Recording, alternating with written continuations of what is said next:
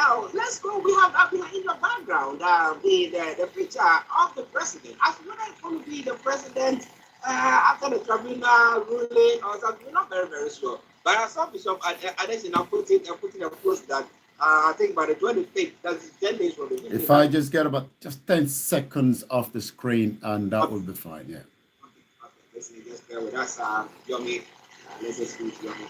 Now, Mr. Adesina was of the view that, the tribunal, the election tribunal is going to come out with its verdict in another 10 days' time. So that was for the 15th. So that would be looking at the 25th. Is that what is happening? But interestingly, comments coming through from, I don't know whether it's coming from the tribunal or from the Labour Party. But we need to talk about the fact that the Labour Party was saying that its supporters should raise up their boots because there could be an election so that it will not be found wanted because they think that the ruling government is doing so, making themselves, preparing themselves for that. And we know that in the Constitution, if you don't get 25% of the vote in the federal capital, then it means that you've not won. So is that the clause that they try to use? And now the president is saying, if they dare say that because I didn't win that, so they are annulling the result, there's going to be anarchy. Johnny, is there going to be anarchy? Is there going to be anarchy or is there going to be a rerun? That's the question on the lips of so many Nigerians. We couldn't be on air yesterday. And when the news floated over the weekend, as the final, the court presentation from those representing both the APC and the PDP, we can now say categorically that it seems that if all goes according to what the election tribunal is saying, there might, I don't know. I mean, this is just, the speculation outside, even the spiritual people are talking about it. It seems that there might be a rerun. And if that is going to happen, Bola Tinubu is saying that could literally mean, an anarchy in the country. He's not the one saying that himself, but his representatives are the ones saying that. Olayomi Koiki presented that, during their closing hours. So let me take you quickly to, and like I said, this was on the 16th, so it's about almost 48 hours, but it seems to be the news that is still trending as we speak right now. So what do we know so far? Revolving me as a president over the failure of scoring 25% in Abuja may trigger anarchy in Nigeria. Tinubu is warning the tribunal. The lawyers address a section of the Constitution that said a candidate must score 25% of vote in a 2/3 of the 36 states and the Federal Capital Territory, Abuja. But Bola Tinubu warned members of the Presidential Election Tribunal, whether this is a threat or this is just part of their presentation, that removing him as a president could lead to a breakdown of law and order in Nigeria. Mr. Tinubu already admitted his failure to score 25% of the vote cast in Nigerian capital Abuja, but said it was insufficient to overturn his victory as declared by Independent Electoral Commission as well. But it seems that the Labour Party, Peter Obi, is responding back fully. If there wasn't anarchy when you forced yourself in, there won't be when the court removes you. The Labour Party replied, Bola Tinubu, the president. This is coming after Tinubu asked the Presidential Election Tribunal to strike out the petition filed by the Labour Party seeking to nullify his victory in the 2023 general election. But it seems that this coming after Tinubu requested for that. But it seems that Tinubu's legal counsel, Olayomi Koiki, in his final written address to the tribunal, claimed that the FCT was just the number 37 state of the electoral purposes and that any other interruption will lead to absurdity, chaos, anarchy. So we can now categorically say that the anarchy that was being portrayed from those that are campaigner, especially those that are campaigner of the Yoruba nation and the Biafra, is no longer the issue anymore. It seems that the APC are bringing in the anarchy themselves should Nigeria go into the stage. It's quite an interesting one because I'm just sitting there, just rehearsing what happened during Donald Trump's election when he lost the election, and then he called on his supporters that they should invade the capital.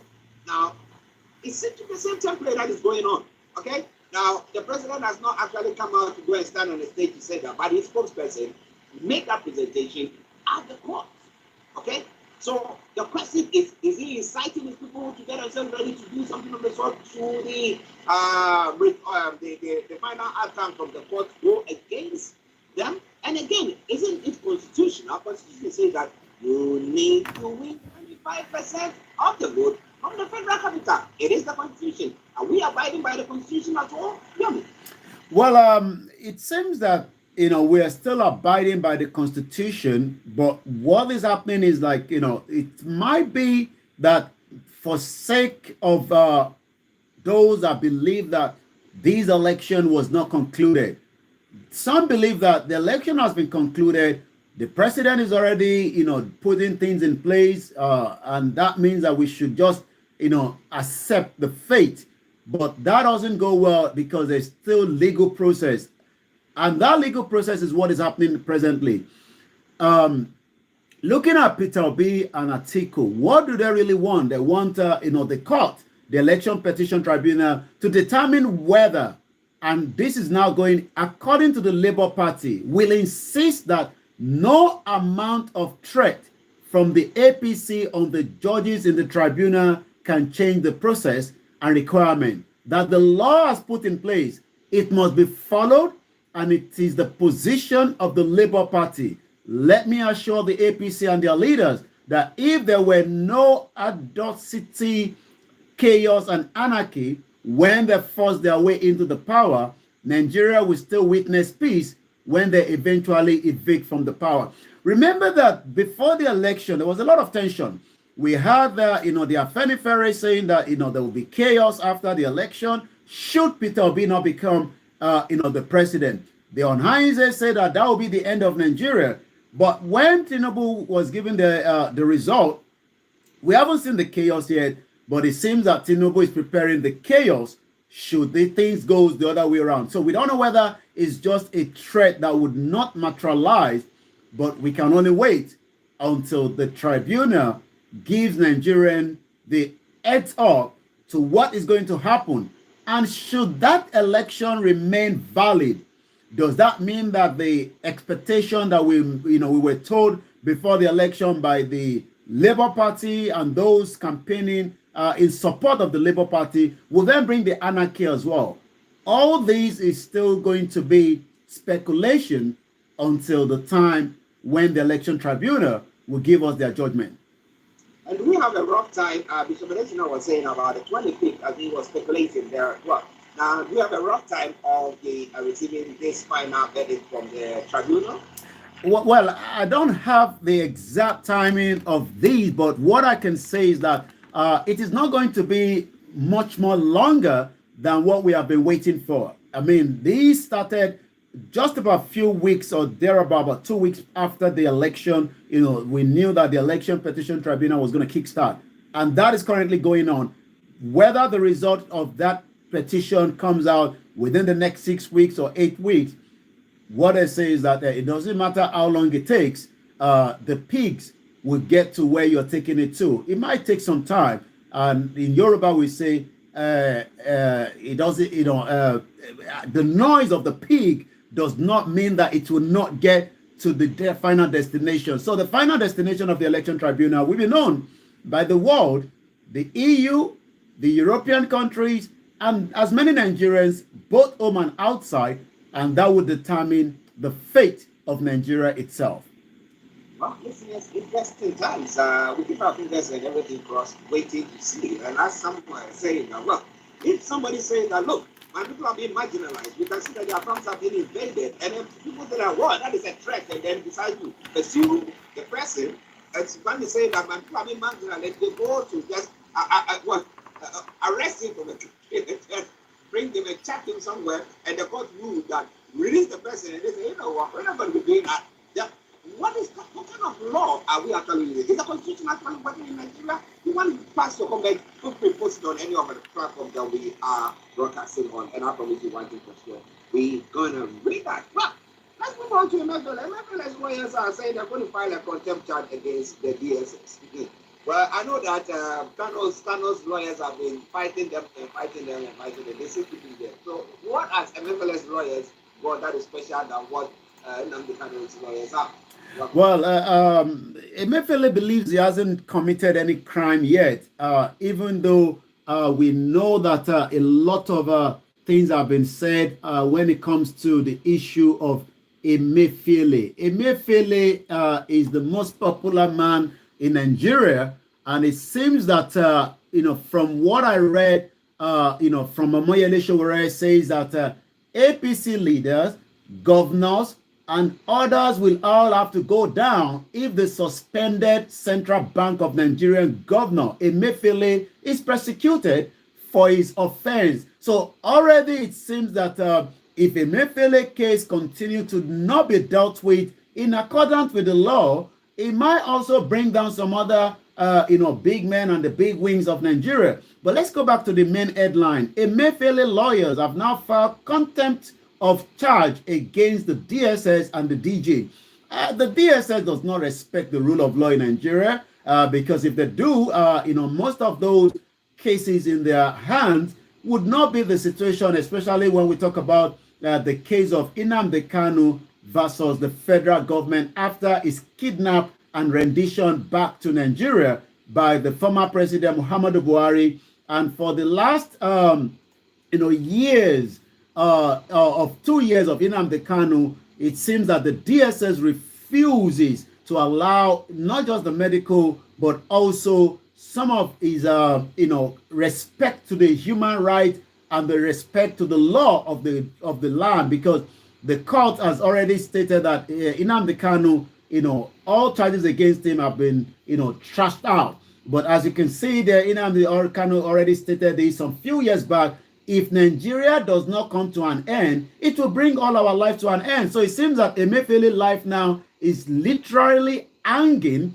in the hands of Nigerian DSS. So the group of human rights lawyers have commenced contempt proceeding against the Director General of the State Security Service, Yusuf Bichi. I'm expecting Tinubu to have removed him, but maybe Tinubu might do so or not, because we know that Tinubu, has removed most of the security chiefs from the NSA to the Chief of Defense Staff. But Yusuf Bichi, that have abused his office, especially with his son, that continue to abuse the power within the Federal Capital Territory over alleged disobedience to multiple judgments and orders of the court directing the release of the suspended Central Bank Governor Godwin Emefiele from the custody. But it seems that the DSS, like we say, do not respect the rule of law. Maybe by the time there's a change of power, maybe that would happen. But for now, Form 48, which is the notification of consequence of disobedience to a court order, and Form 49, which seeks to commit an alleged contempt to prison, were now filed before the Federal High Court in Abuja yesterday by the lawyer led by Maxwell Okpara and barrister Abdulaziz Tijani. And again, as we believers of faith in Nigeria, pray the court to commit the DSS DG to prison until he plugs himself out of contempt. Well, like we always say, prayer is not going to solve the problem, but the human being have to do so. But in Nigeria and African countries, we put everything into the prayer. Well, it's not really okay. We put everything in prayer, but here we are doing our work, and you can also do so as well. The question that some people are asking is Emefiele's case witch hunting? But why if he's that clean? Okay, and then didn't have anything to hide, and you know Buhari the way he was, and Buhari didn't even take the platform where he was the chief or the boss, the governor the Central Bank of Nigeria. That's why if they rule that the whole of Nigeria is ruling proper. But they allowed him to say that why have they gone against him or gone after him and now putting all charges against him? Let's see what you think. Let us have the comments there. Start reading your thing. Now, someone else who also is still has been thrown into prison and 33 days in custody is the VRCC chair. So it's like, is it witch hunting that is going on? Political witch hunting? What exactly is going on, Yomi? Well, there'll be more political witch on because we saw that Adamu, the APC chairman, have decided to resign. And I was told his resignation is got to do with a push that Bola Tinubu still have some kind of pain that Adamu wanted to push, the former Senate president, to override him during the primaries of the APC presidential election. But let's come back to the former EFCC chairman that is currently still being held as well. It seems that it's not witch hunting. It's just that, again, is question to be made and, the law is playing its role. But it seems that some do not believe that that is the reason why these individuals are kept 33 days ongoing. And it seems that a young man, also that has kept many Nigerians, especially the youth, whether, in accordance with the law or not, because we saw some Chinese expatriates that were paraded for mining in Ilorin, and I'm not sure why their faces were not shown to us.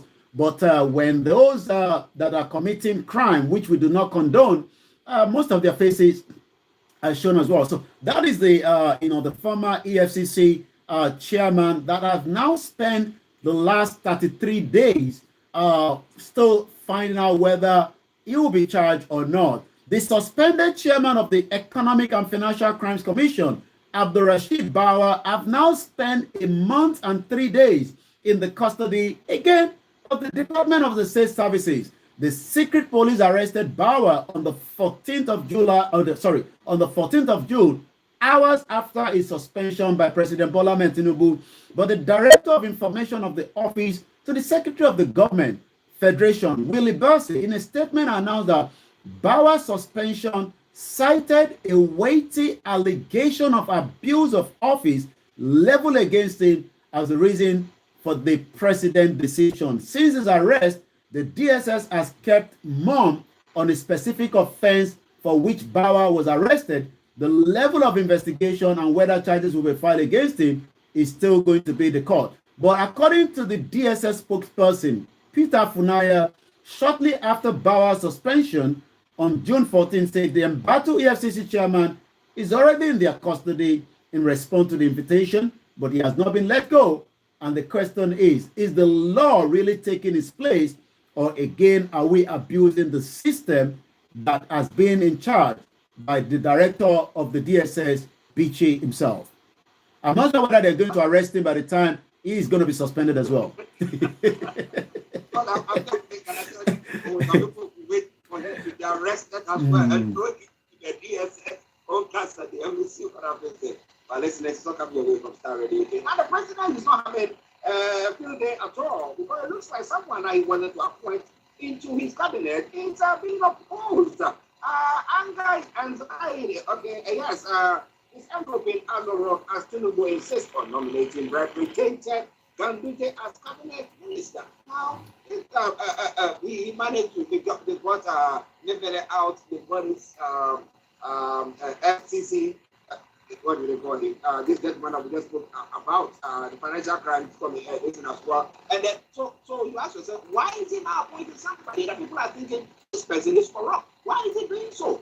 You want to go to equity, you're going with a brain and then clear everybody that people are saying there might be something dirty or fishy about them. Tell me, what is going on?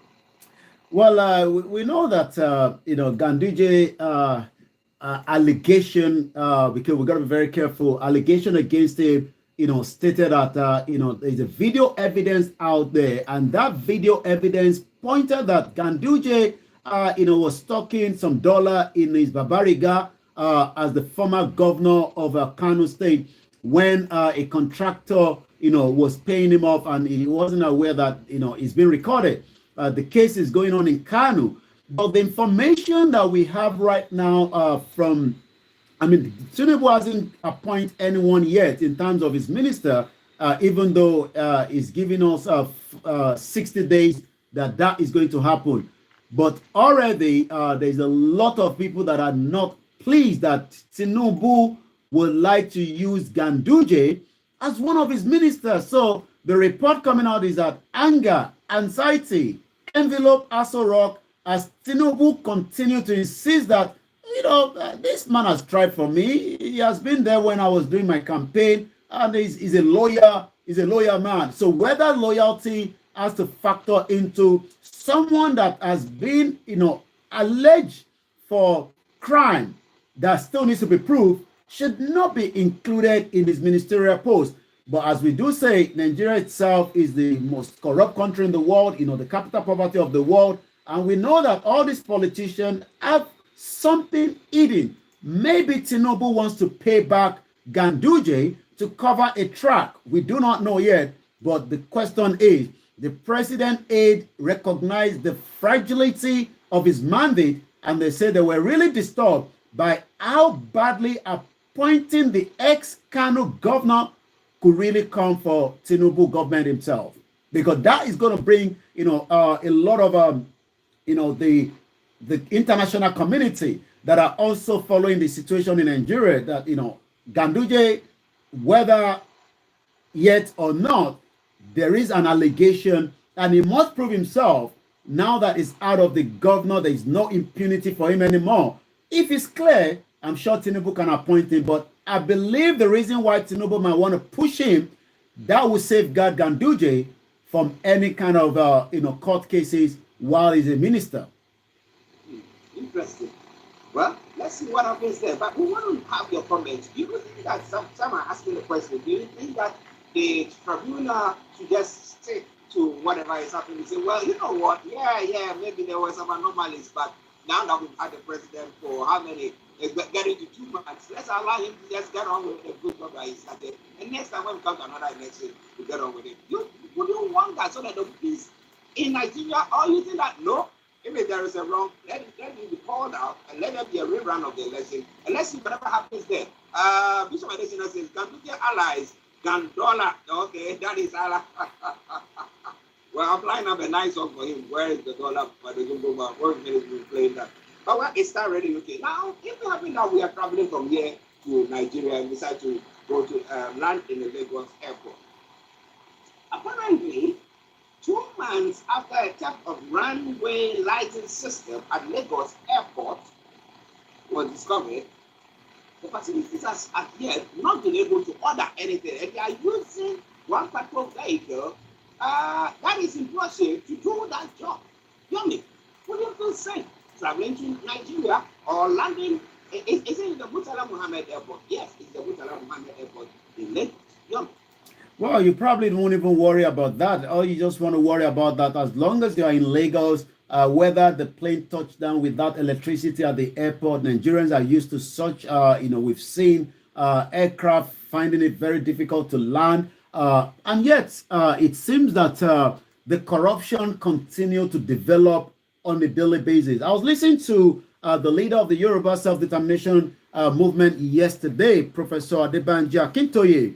And someone during the program, he felt very sad that some of the events that will have transformed Nigeria, especially in the southwest, because the Lagos Murtala Muhammad Airport is in the southwest and is the backbone of Nigeria itself. He talked about the Okitipupa, he talked about the rubber plantation, he talked about the cypress plantation, the Lafia canning factory, the Hotel Lafia Hotel, and all these were part of the regional government of the time. But it seems that even though we are no longer in the regional government, money has been pumped into this airport. Is so dilapidated, it's not up to the standard. But yet, you wonder, even if someone was able to find their way into the airport, which is itself is a security breach, because the runway lighting, you're talking about something that is unique to the airport, was stolen out of the airport. That itself is a security breach. 2 months after the theft of the runway Lightning, the only vehicle that can guide the aircraft is just one particular patrol that just tell the aircraft that just go through this way and follow this Lightning. The question then is, how much is it going to cost to fix and repair the Lightning itself?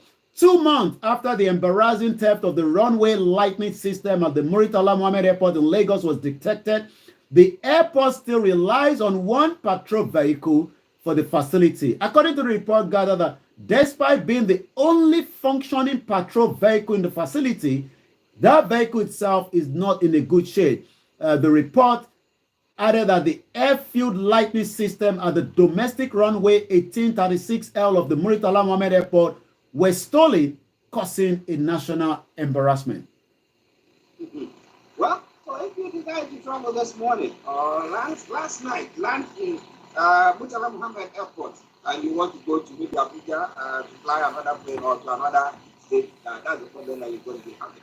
But the thing is, it could be an emergency situation. It could be, let's say something happened, it's not working. Let's use this vehicle to do that job. Maybe a week or two while we are getting a new order in. But up to now, how many people use that airport? Well, it's a very busy airport where, from the local airport to the international airport, the traffic. Remember that Lagos is still the hub of Nigeria, so and that means that if anyone is traveling, if you can't get to Abuja, direct from wherever you're coming from, then you end up in Lagos, and the traffic is still heavy, even though the price of traveling from Lagos to Abuja is becoming very expensive on a daily basis as well. Even is subject to the fuel pump price as well, which as at today right now, marketers have now adjusted the pump fuel from now going to 617 naira per liter. But yet it seems that the maintenance of those airports, I did travel few times from the local airport, and like I said, you wonder why these are not functioning. It's about the corruption, it's about the lack of training, and it's about not really taking it as part of the system that is used to bring the revenue back into the country. So nobody cares as long as others are able to bypass the normal route. Most people that travel as well, especially those that are okay, will probably use the private jet or the helicopter to move from Lagos to Abuja. But most normal Nigerian passenger have to go through a lot of problems. And you cannot guarantee that if your airline tells you that you're moving from Lagos at 2 p.m., Mr. Archie, just think about it that you might be moving on till about 7 p.m., if not 9 p.m. So it doesn't really guarantee that any timing on the aircraft ticket will guarantee that time. And most Nigerians have become just adapting to such, because as they've adapted to the corruption and the system, and this is where those that are campaigner of the right to self-determination are saying that the system have been dilapidated for too long, is creating lives. And as you read in that report that we're going to talk about, 100,000 naira was what two children in Ondo State decided to create what they call their own kidnapping so that they can get 100,000 from their parents. Their parents have thought that they needed the money. That was what they were going to do. But before I go to Yomi again, Bishop Adesina says, I was watching Professor Van Gaal interview yesterday, speaking and shedding tears. An old man, 88 years, doing that. They're trying to giving up. Now, reporting about rubber plantation agriculture investments all over Yoruba territory, it goes over and say for our economic and political posterity by Chief Obafemi Awolowo, now decapitated, and present cabinets are they selling it. Now, it goes over and say selling those properties up to who? Maybe to themselves as well, I say it's good morning to you. I say good morning to you, Mr. Archie and Mr. Koiki, the rest of the Starr team as well. And Bishop Adesina says, when purpose is not understood, abuse is inevitable. How true? How true? Thank you very much for your comments. And we're just getting another report from Ibadan, from Comrade Plan B, saying that he can confirm that there is now fuel scarcity again in Ibadan. And when you look at Ibadan, you've been to Ibadan some few years back. It's the biggest city in Africa, but yet part of the lot of not investing in that refinery has allowed such of the dilapidated infrastructure across the country, including the airport that we've just been talking about. And when you look at this kind of image, this should have been a better image, but this is the best we can get from Ajaokuta today. In the Bible, there is this man known as Nehemiah. He heard about what is going on back in his country after he was in the foreign land, and he wept. I think we all have to be with what is going on. Because you want to work here, you want to say, I'm going home, and you want to have a peace of mind, and you don't see it. So, what is it? It is already okay. We'll come to Yomi for the rest of the story, speaking around at 11:39. Over to you, Yomi. Let's go to the southwest again of Nigeria in Ondo State. Teenager sisters have now faked their kidnap, demanding 100,000 naira. Let's go into the story a little bit. The Ondo State Security Network Agency, also known as Amotekun Corps, has arrested no fewer than 28 people for alleged involvement in various crimes in some part of the state. Among the suspected criminals were 2 secondary school pupils. I mean, I would never have thought of these when I was in secondary school in 1991, which is some few years back now. But it seems that a situation that most of those that are in secondary school probably have had access to the new social media, wants to have the phones. I don't know what they need the money for, because I never thought of such, during my time in the secondary school in Abeokuta, southwest of Nigeria. But these 2 secondary school pupils were arrested for allegedly faking their own kidnap and demanding ransom from their mother. Maybe their mother has some money that has been given to him from Owo Lakpo alone, or probably maybe somebody must have given, because I'm not sure whether, they must have known that the mother have that substantial amount of money, especially in the current problem that Nigerians are facing today.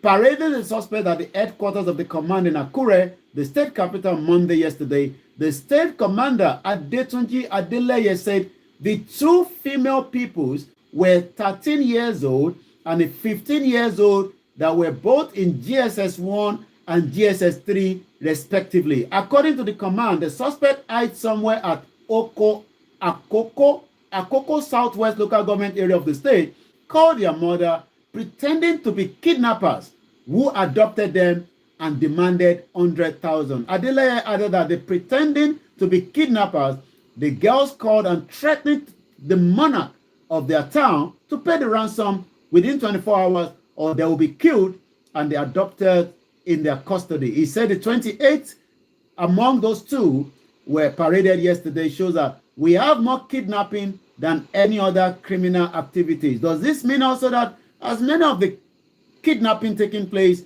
even though we know that the Fulani terrorists are doing such, it seems already now that maybe some Yorubas are also involved in this such of atrocity? Because if anyone in that age bracket can think of it, definitely. And we've had evidence of those that have been kidnapped and returned back, say that it seems that there's an intelligence within the kidnappers. I'm talking about the real Fulani kidnappers within the community, because they keep passing messages back to the Fulani terrorists in the forest as well. Let's go straight to some of the other headlines at exactly 11:42, where we've spent enough time as well. Politicians, it's not allowing me to sleep. As we know that Nigerian politicians are already, in their first stage, for those that are newer and those that are finishing their last tenure. Again, there was a breaking news from Ibadan. A woman was kidnapped in a broad daylight as well. The woman wanted to buy pepper, and it seemed that a stop where she was meant to come off, those in that vehicle refused to stop. She called her husband immediately, but as we speak right now, about 2 hours ago, we still don't know where this woman is. This is happening in a broad daylight today, and this happened just 2 hours ago from one of our correspondents in Ibadan this morning. Politicians are flooding government houses, are distracting me, according to the new governor, Akwa Ibom, State Governor Umar Eno. has urged politicians to allow him to concentrate on the job he was elected to do. The governor complained that he was being distracted by too many unexpected visits from politicians in the state. The governor was captured in the video on Facebook addressing in a gathering. I will not go to anybody's office without an appointment, the governor said. I find it amusing that people will just leave their home, just show up, and they will call you that they have not been allowed to pass through the government house or the gate. Well, I'm sure when you were contesting and moving around, you must have promised them something, and they're just there to collect their own share of cake, as Nigerians will always say. I'm going to take one more from the headline and then go back as well. 2,300 ghost workers is costing 220 million naira as salary. Guess where again? In Abia State, Governor Alex Otti. The governor, Alex Otti, says Abia has now saved 220 million naira on a monthly wages bill through the Abia government new introduced on-file payment system, saving them 220 million monthly. This is contained in a press statement yesterday by his chief press secretary, Kazia Uko. He stated that development was part of the outcome of the outgoing verification of the civil servant and other public workers geared towards weeding out the ghost worker. We've had it continuously about ghost worker. It is happening because the few governors that come in employ more than what they are not allowed to, and it seems that some are probably even living outside the country and getting paid every month until a new government comes in and do a due diligence, roll call of some of those civil workers and realize that 2,300 ghost workers have now been removed. What a very good news. At least they are saving 220 million, and I hope another ghost is not going to steal the 220 million as well. I'm going to go straight to the social media and see what is trending this morning, but it seems that we are having, okay, let's see if we can bring that back. It seems that there's a lot of Ganduje is trending this morning, but the most important part that is trending this morning is the fuel in Nigeria. 78,000 tweets so far this morning from those that are asking, why is it a fuel scarcity again? And I believe it's got to do with the new pump price, which is going to about 661 naira per liter. Buhari is trending. I'm not sure why NSC is trending, but Buhari is trending. We know Buhari has left the government, but it seems that Buhari and El Rufai left the government. Kidnapping and bandit attacks along Abuja-Kaduna Highway reduced to almost zero. Neferati is also pointing again to Wole Soyinka threatening Nigeria with chaos and anarchy is the same as Buhari, blood of baboons. I hope the saga will find. We know that she is a real supporter of the Labour Party, Peter Obi. Let's take more. According to Sarah reporter, President Tinubu shouldn't inherit Buhari's impunity. Violation of the rule of law. Nnamdi Kanu demands unconditional release. I've listened to two different prophecies, that popped up on the social media, and they are giving by November that Nnamdi Kanu will get his freedom. I don't know how they're able to find out. Maybe God is speaking to them, as we believe Nigerians are too much godly people, and that literally means that two or different prophecy is coming out to say that Nnamdi Kanu should get his freedom, if not in accordance with the law or the rule of law, but from the spiritual realm, as they will say. Simon Ekpa is still trending, and the reason for that again is because they will be locking down the southeast for the next 2 weeks. He has also directed that the Igbos in Lagos State should also be having a sit-at-home, but it seems that a lot of the Yorubas are not pleased, with such remark coming from Simon Ekpa, and that has led to Iba Gani Adams stating clearly that Simon Ekpa should take his sit-at-home to the southeast and leave the southwest alone.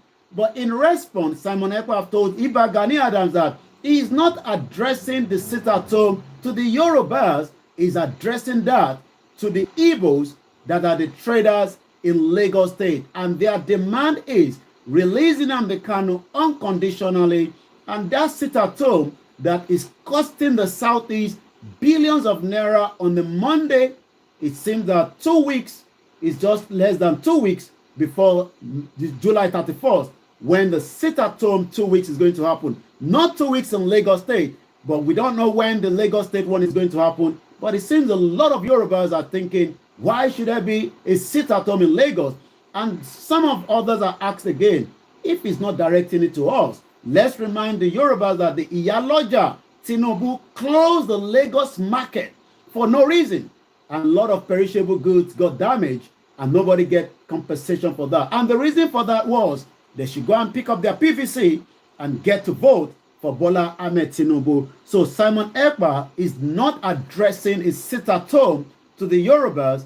His sit-at-home is directed to the Biafrans or the Igbos in Lagos State so that they can get Nnamdi Kanu released unconditional. And Simon Ekpa say that is a civil disobedience, since that is the only way they can pass their message to the federal government. And there's nothing wrong in accordance to the international law when it comes to civil disobedience. Well, I think you agree with Simon Ekpa there. I mean, those of us here, if you want to support maybe Yoruba nation or the IPOP or whatever, I mean, you might not, because if I decide not to go to work or I want to go to number 10 Downing Street to go and demonstrate, I'm not demonstrating against the UK people. I'm demonstrating to make my cause head from where I'm coming from, where I am. So it shouldn't, those in Lagos, they shouldn't think that is what is happening. It's just directly towards the Igbo, so that the people, the public, the president, and the citizen will know that they are angry about what is happening there. But Comfort Oluku just says, what a shame, Nigeria has become a business center for kidnappers. Big business to make money. Dissolve Nigeria now. It's not working and will not work. Yoruba nation now. She's got the answer right. He said, that is the way forward, because whatever we are doing seems not to be working. But let's go back to Yomi for whatever he has, and then we can run up the conversation. Over to you, Yomi. Well, we just continue to review, the security situation in Nigeria. Morakiyo at Morakiyo_Lanre says, our future is not Nigeria. That is coming from there as well. Nigerian custom intercept 40 food containers of gun in Lagos, according to the report there. And also, I'm just speaking this from Jeremy Corbyn here. We know him very well. If lifting 250,000 children out of poverty isn't a priority, then what is it? And that goes again to Nigerian children. As I was stating yesterday, almost 15 million Nigerian children are literally out of school today. And we hope that Kalu Aja, that is now also saying that 49 days, the largest economic in Africa, has no central bank governor, no minister of finance or economy, no minister of petroleum or energy, no minister of budget planning or economic policy. And Kalu Aja is an author and also making money, the economy and personal finance easy to understand. And he's asking the question, why do we not have all these? He also went further to say that India considering banning rice export, Russia and Ukraine grain deal now off. Food security will be a key in 2023, especially in nations where their expenditure on food is significantly share of household spending. Like, guess what? He hasn't said Nigeria, but with the dialing code, you will know that he's referring to Nigeria, and the dialing code to Nigeria is +234. It seems that a trailer, as they say, to just bring the final conclusion, between one of those that was supporting Dupe Oniti-Rabiola that we brought onto the program, known as Shoya Koribe, has also been revealing so much of reason why she has decided not to follow her anymore, because she believes that she has nothing to offer when it comes to Yoruba nation. So the Yoruba people will always say, when the trailer goes through you, there will be a lot of revelation. And she's been giving so much revelation in the last 3 weeks that the trailer literally passed through the two of them. Wow, that trailer then is made a big hole. We can't see everything. My listeners, it's Starr in the UK. That's the pleasure that we have whenever we come before or to present the program to you, because we love you to interact with us, and you've done so wonderfully today. Those of you on all the other platforms as well, we salute each and every one of you. We say thank you. But tell me, before you go. Well, stay tuned. As Archie take you through the rest of the program, I'll be back again Same time tomorrow at 11 o'clock, where we're going to be looking into some of the non-news headlines from Nigeria. Bye for now. Thank you very much, Mr. Olayomi Bye Koiki. for now. Let's get it started. UK. It is your favorite radio station in London. Now, 6 minutes. Well, I got to go now. Thank you so much, everyone. We'll be back some other time. I got a lot of engagement. That is the reason why we've not been on air, but I thought we'd just catch up this morning. Thank you so much. And bye for now.